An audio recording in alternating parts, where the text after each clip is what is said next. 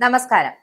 American president Donald Trump massive armada എന്ന് വിശേഷിപ്പിച്ച ആ സൈനിക വ്യൂഹം ലക്ഷ്യം വെക്കുന്നത് കേവലം ഒരു ഭൂപ്രദേശത്തെ അല്ല, മറിച്ച് ഏഷ്യയുടെ നെഞ്ചുറപ്പുള്ള പ്രതിരോധത്തെയാണ്.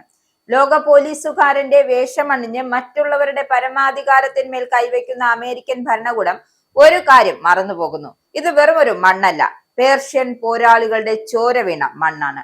ട്രംപിന്റെ സോഷ്യൽ മീഡിയ പോസ്റ്റിലെ അക്ഷരങ്ങൾ യുദ്ധക്കൊതിയുടേതാവാം. എന്നാൽ ആ ഭീഷണികളെ കടലിൽ മുക്കിക്കൊല്ലാൻ ഇറാന്റെ മിസൈൽ കരുത്തിന് മിനിറ്റുകൾ മാത്രം മതിയാകും. ഇറാഖിലെയോ അഫ്ഗാനിസ്ഥാനിലെയോ പോലെ ഒരു പരീക്ഷണമല്ല ഇത്.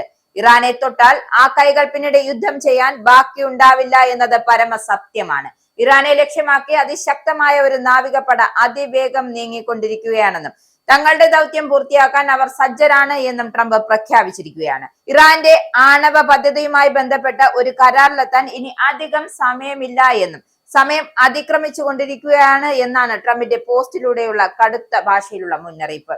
എന്നാൽ എബ്രഹാം ലിങ്കൺ എന്ന ഭീമൻ വിമാനക്കപ്പൽ പേർഷ്യൻ കടലിലേക്ക് നങ്കൂരമിടാൻ വരുമ്പോൾ അതിനെ സ്വീകരിക്കാൻ പൂച്ചെണ്ടുകളുമായല്ല, മറിച്ച് സാമ്രാജ്യത്തിന്റെ അന്ത്യം കുറിക്കാനുള്ള മിസൈലുകളുമായിട്ടാണ് ഇറാൻ കാത്തിരിക്കുന്നത്. ട്രംപിന്റെ ഓരോ വാക്കിനും ഇറാൻ മറുപടി നൽകുന്നത് മുമ്പെങ്ങുമില്ലാത്ത തരം തിരിച്ചടികൾ വാഗ്ദാനത്തിലൂടെയാണ്. അമേരിക്കൻ പ്രസിഡന്റ് ട്രംപ് ഉയർത്തുന്ന ഗ്രേറ്റ് അർമാഡ് എന്ന ഭീഷണി വെറും പൊള്ളയായ ഒരു അഹങ്കാരത്തിന്റെ പ്രതിഫലനം മാത്രമാണ്.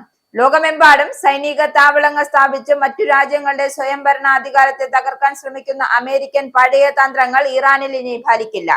വിമാനവാഹിനി കപ്പലുകളുടെ വലിപ്പം കണ്ട് ഭയപ്പെടുന്ന ജനതയല്ല പേർഷ്യയിലുള്ളത്, മറിച്ച് പതിറ്റാണ്ടുകളായി തങ്ങളുടെ മേൽ അടിച്ചേൽപ്പിച്ച അനീതികൾ നിറഞ്ഞ ഉപരോധങ്ങളുടെയും സാമ്പത്തിക യുദ്ധത്തെയും നെഞ്ചുറപ്പോടെ നേരിടുന്നവരാണവർ. ട്രംപിന്റെ ഈ നീക്കം സമാധാനത്തിനുള്ള ഒരു പാതയല്ല, മറിച്ച് ലോകത്തെ ഒരു മൂന്നാം ലോക മഹായുദ്ധത്തിന്റെ വക്കിലേക്ക് തള്ളിവിടാനുള്ള വിവേകശൂന്യമായ തീരുമാനമാണ്.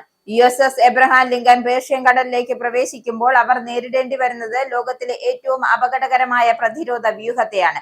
ഹോർമുസ് കടലിടുക്കിന്റെ നിയന്ത്രണം ഇറാന്റെ കൈകളിലാണ്. ലോകത്തെ എണ്ണ വ്യാപാരത്തിന്റെ നട്ടലായ ഈ പാതയിൽ ഒരു ചെറിയ വിള്ളൽ വീണാൽ പോലും അമേരിക്കയുടെയും സഖ്യകക്ഷികളുടെയും സാമ്പത്തിക അടിത്തറ തകർന്ന് തരിപ്പണമാകും. അത്യാധുനികമായ ഡ്രോണുകളും സമുദ്രത്തിനടിയിലൂടെ നിശബ്ദമായി സഞ്ചരിക്കുന്ന ഡോർപികളും ലക്ഷ്യം തെറ്റാതെ ക്രൂയിസ് മിസൈലുകളും കൊണ്ട് ഇറാൻ പടുത്തുയർത്തിയ ഈ പ്രതിരോധ കോട്ടയെ മറികടക്കാൻ ഏതൊരു അർമാഡയ്ക്കും കഴിയില്ല. അമേരിക്കയുടെ കൂറ്റൻ വിമാനവാഹിനി കപ്പലുകൾക്ക് പസഫിക് സമുദ്രത്തിൽ എന്ന പോലെ പേർഷ്യൻ കടലിൽ സ്വൈരവിഹാരം നടത്താനാവില്ല. ഇറാന്റെ നാവികസേന വികസിപ്പിച്ചെടുത്ത സോംബോട്ട് വിദ്യ ലോകമെമ്പാടുമുള്ള സൈനിക വിദഗ്ധർ വളരെ ഭീതിയോടെയാണ് ഇവനെ നോക്കിക്കാണുന്നത്.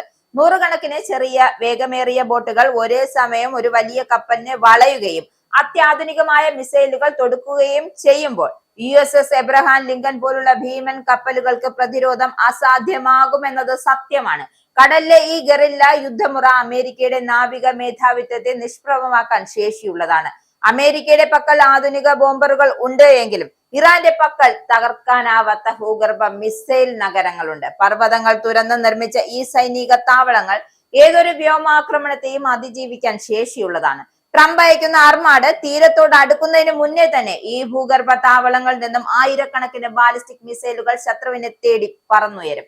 അധിനിവേശത്തിന് വരുന്നവർക്ക് ഇറാൻ മണ്ണിൽ കാലുകുത്താൻ പോലും അവസരം നൽകാത്ത വിധം സജ്ജമാണ് അവരുടെ ഹൈബർ ഷെഗൻ പോലുള്ള ദീർഘദൂര മിസൈലുകൾ. ഇറാൻ ഒറ്റയ്ക്കല്ല എന്ന യാഥാർത്ഥ്യം അമേരിക്കൻ ഭരണകൂടം പലപ്പോഴും വിസ്മരിച്ചു പോവുകയാണ്. പശ്ചിമേഷ്യയിൽ ഉടനീളം വ്യാപിച്ചു കിടക്കുന്ന ഇറാന്റെ സഖ്യശക്തികൾ അമേരിക്കയുടെ ഏതൊരു നീക്കത്തെയും അപ്പപ്പോ മറുപടി നൽകാൻ തയ്യാറാണ്. ലെബനൻ മുതൽ യമൻ വരെ നീളുന്ന ഈ സുരക്ഷാ വലയം തകർക്കാൻ കേവലം ഒരു കപ്പൽ പടയ്ക്ക് കഴിയില്ല. ഇറാന് നേരെയുള്ള ഒരു വെടിയുണ്ട പോലും പശ്ചിമേഷ്യയിലെ മുഴുവൻ അമേരിക്കൻ താവളങ്ങൾക്കും അന്ത്യം കുറിക്കുന്ന പ്രഹരമായി മാറും.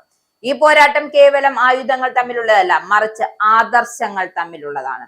സ്വന്തം രാജ്യത്തിന്റെ സമ്പത്ത് കൊള്ളയടിക്കാനും വിഭവങ്ങൾ പിടിച്ചെടുക്കുവാനും വരുന്ന വിദേശ ശക്തികൾക്കെതിരെ ഇറാന്റെ ഓരോ പൗരനും ഓരോ പോരാളിയാണ്.